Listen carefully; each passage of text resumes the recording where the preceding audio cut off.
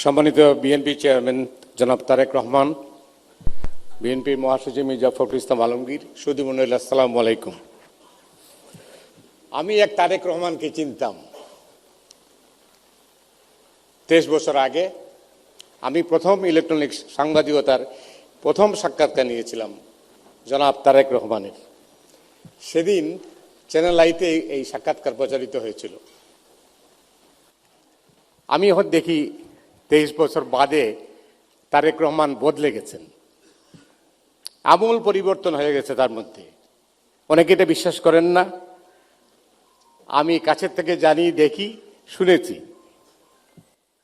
যাই হোক, আমার বলার আমি 30 সেকেন্ডের মধ্যে শেষ করতে চাইছিলাম, তবে 1 মিনিট বলবো। আমরা লিখতে চাই, আমরা বলতে চাই। মিডিয়া 2024-এর 5ই আগস্টের পর অনেকটাই স্বাধীন, অনেকটাই নিয়ন্ত্রিত। এই কারণে বলছি, মব ভায়োলেন্সের কারণে আমরা অনেকটাই সাহসী হতে পারছি না। আমাদের হাত পা বাঁধা হয়ে যাচ্ছে। মিডিয়া অফিসে যখন আগুন দেয়া হয়, সংবাদপত্র অফিসে যখন আগুন দেয়া হয়, তখন কিন্তু আমার ভাবতে কষ্ট লাগে যে আমরা জাহান্নামে আছি না বেহেশতে আছি। কষ্ট হয়। গণতন্ত্রের কথা বলি আমরা, কিন্তু আমরা এখানে ওই দলবাজি চিন্তা করি, যে দলের মধ্যে দিয়ে চিন্তা করি যে এটা কি আমাদের কাগজ না অন্যদের কাগজ নাকি আমাদের বিরোধী। আমার মনে হয় তারেক রহমান সাহেব যে বদলে গেছেন বলছি এই কারণে, তিনি দেখে এসেছেন পাশ্চাত্য দুনিয়ায় কিভাবে মিডিয়া চলে, তার মধ্যে অনেক পরিবর্তন আছে।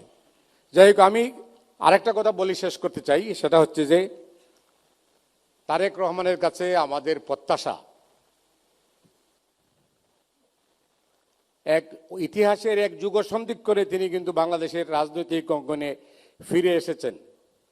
সামনে কঠিন চ্যালেঞ্জ, এই চ্যালেঞ্জ মোকাবেলা করতে হলে সম্মিলিতভাবে করতে হবে। দলের মধ্য থেকে যদি করার চেষ্টা করা হয় তাহলে অতীতের মতোই কিন্তু ভুল হবে, এবং সেই ভুল থেকে আমরা আবার এমন একটা অবস্থায় চলে যাব যেখান থেকে আমাদের ফিরে আসা কঠিন হবে। আজকের বাংলাদেশ অস্তিত্ব সংকটে যেভাবে পড়ে যাচ্ছে, সেই সংকট থেকে যে উগ্রবাদ আমাদেরকে গ্রাস করার চেষ্টা করছে, সেই উগ্রবাদ থেকে দেশকে মুক্ত করতে হইলে তারেক রহমান ছাড়া এই মুহূর্তে আর কোনো বিকল্প নেই।